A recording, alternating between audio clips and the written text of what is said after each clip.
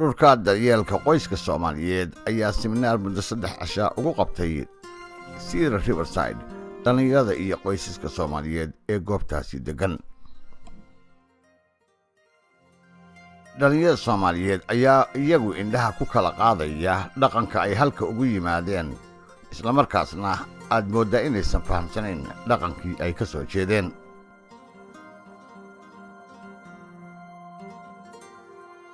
gabagabadii barnaamijka ayaa looga wada hadlay siyaabaha ay u wada shaqayn karaan dhalinta iyo waalidka Soomaaliyeed ee qurbaha ku nool, iyadoo innaba aan laga tagin dhaqankeennii Soomaaliyeed, isla markaasna la fahmayo qaabka dhalinyadu ay halkan u korayaan iyo sidii iyaga iyo waalidkood ay isaga warhayn lahaayeen dhaqankoodana u ogaan lahaayeen.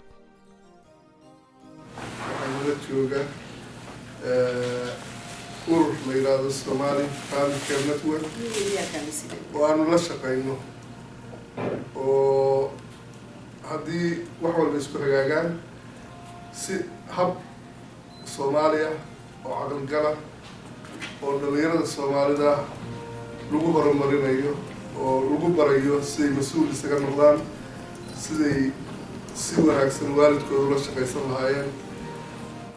magacaygu waxaa la yidhahdaa Farax, waxaan la shaqeeyaa ururka Somali Family Care Network baaqiga iyo kay iyo internkayga Faadumo.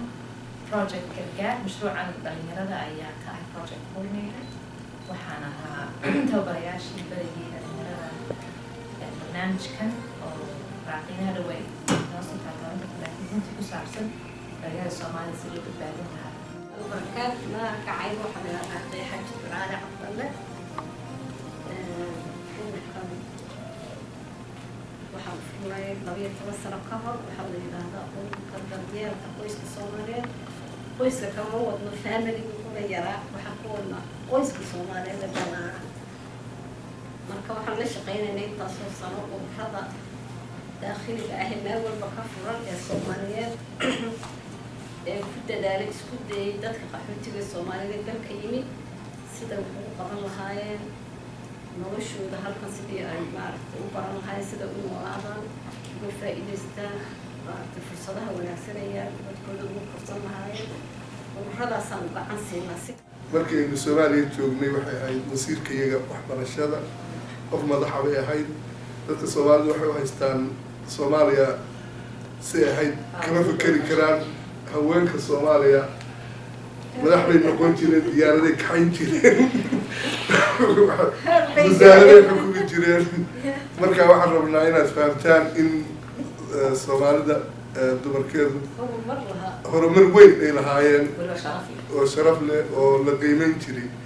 haddana halka waa ku aragteen hooyooyinkaa ka qiimo badan runtii, ragga aada uga qiimo badan si dadka wax xiriiriyaan. haddaynu wax qabanay dhalinyarada, haddaynu nana waddanka yaga loogu celiyo maraakiib loo saarnay bay loo saaray kuwan jirteen loo shaqeeyo. maya aad qof aftahamaana waa tahay. sideed u aragtaa markaa? sidee labadii dhaqan la isugu wadi karaa? qof awood leh oo wax fahmi kara uma labadii dhaqan isku wadi kara. waayo kada ka maarmayso waa dhex ku dhex jirtaa. dee waadi hore waad ku dhex jirtaa. kaagiina wadabadaad ku haysaa waa lagama maarmaankaaga. dhibaatada ku qotarka mana ahawni arkankiina macalkina in qaar leeyahay sabab badan baa jiro arrintan keena in arinta ugu weyn wax weeyaan waalidkii oo doonayay si uu wax loo korin jiray inuu u koriyo carruurtana waxay ku noolyihiin reality kala nolol kale oo tii aan ku kordhay ka duwan. marka hore ay waalidku ama bulsho ahaan dhammaantiin baanu garnaa in qaabkii Soomaaliya wax loo korin jiray halka aan shaqaynaynin innaguna inuu isbedelno waa haddana nahay bulsho. carruurteena yararkaan waxay dad xumaan oo dhalanay waxay ku nool yihiin environment ama jawi khasbaya iyagii oo ku bixaya nolol aanay doonayn. markaa waxaan oran lahaa in laba meelood laga wajaho. waa qaab siyaasadeed oo dowladdan ay markaan gobolkeena degannahay nambar badan baynu dee ku leenahay, nimanka la doorto taqaana ee gobolada iyo lagu jira madaxda ah, iyo step in la raadiyo funding badan, kharash badan ay geliyaan community-ga oo laga soo taqaana nolosha kor loo soo qaado.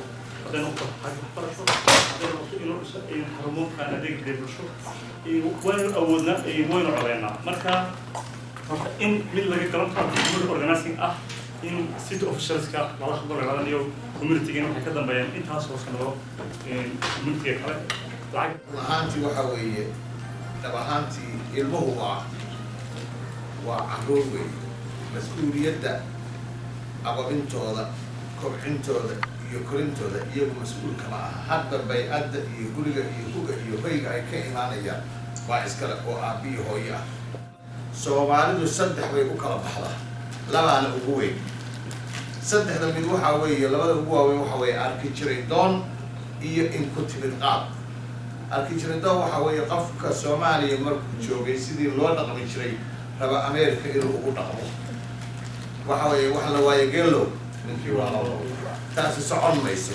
in ku timid qaadna waxaa la yiraahdaa Soomaaliya waxaa joogto ahaydba waxa iyo heerka aad ku jirtay kasoo halka markaa timaado ku qabatay waa la qabsadaa waa qofka mas'uuliyad wax walba inta dusha u dhigta saa ilmaha isu waxeera marka ila sidee ku korisaa qofkaas baa uu ka baxsan karo Mareykanka waxa imaanaysa ilmuhu haddii dhabahaantii la eego iskuulka waxay joogaan 6 saac iyo 45 daqiiqo 6 saac ilaa iyo 7 saac iyo balse markii laba daqiiqo khas maalintii waa 17 saac 17 haddii 8 saacadood hurdo laga dhigo 9 saac la soo hartay ilmuhu waa geedka haddaan biyo lagu shubin qorax kaliya oo haysto waxbaa ka maqan ilmuhu waxay u baahan yihiin waqti in la geliyo waxay u baahan yihiin in la dhageysto shayga ugu muhiimsan waxa weeye kow waa mideeda koowaad waxa weeye arki jiray doon iyo in ku timid qaad qofkii Soomaaliya waxaa oran lahaa ra'yiga sida ugu dhaqmo saddex baa ka soo qaada waxa kale oo waa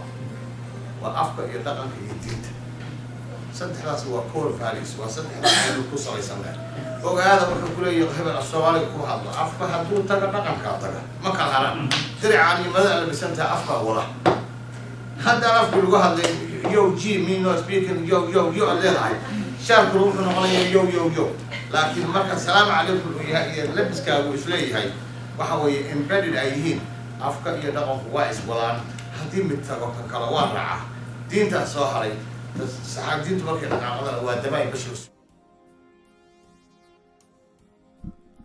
gabagabadii ayaa dhalinyarada iyo waalidka labaduba ay iftiimiyeen dhibaatooyinka dhex yaala waalidka iyo ilmaha qurbaha ku nool